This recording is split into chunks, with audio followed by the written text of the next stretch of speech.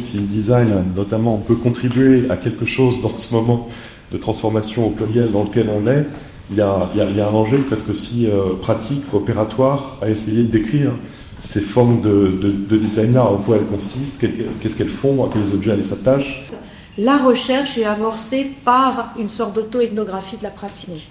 Je vais insister sur l'idée que, au-delà de proposer l'idée d'un faisceau de droit, il y a avant la réflexion sur les communs, une réflexion sur la manière dont nous pouvons recréer du droit. Merci beaucoup. Bien sûr, le principe de liberté de la logique fait qu'il y a des différences et des réalités totalement différentes qui vont rythmer l'image que l'on peut avoir de l'éducation nationale. Merci beaucoup. Le point fondamental, c'est que les histoires dans les contes et les rencontres sont fondamentales. Il y a vraiment eu une demande forte de certains d'entre nous qui est de dire « ça ne m'intéresse pas si on ne va pas plus loin dans des études de recherche ». Il est hyper important de mon point de vue de connecter des gens, de partager des histoires.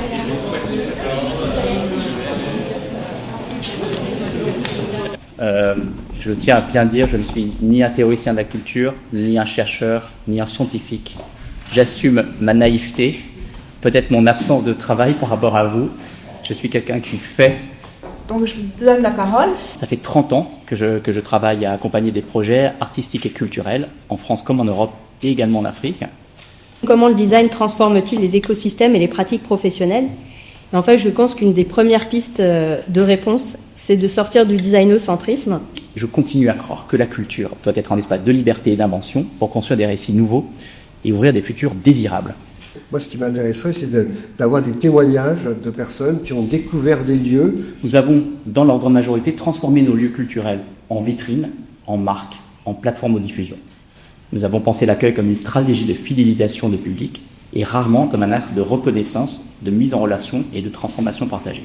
J'ai découvert les enjeux de l'hospitalité dans un lieu synonyme tant de protection et de soins que d'autorité et de contraintes, donc l'hôpital psychiatrique.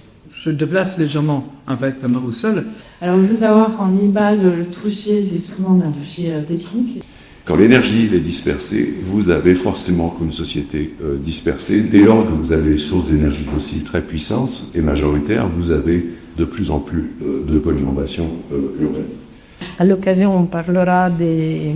Je vais mettre ta présentation, Jacqueline, du jardin. Moi, j'entends aussi cette question de la formation au design, de la formation du design. Je déplace légèrement avec ma boussole. On a souvent pensé que le design était un endroit d'amélioration du système, et finalement, quel système et quel mode d'organisation parlait-on ? Donc on a une quantité d'actions qui vont de créer une caisse locale alimentaire, créer des groupements d'achat. Deux axes. Donc la première, je dirais que c'est l'axe d'une sorte de méta-design. Et l'autre axe, c'est un axe qui est, à mon sens, extrêmement politique. C'est comment réfléchir à une situation, à une évolution, la nôtre, qui semble être à la fois inévitable et impossible.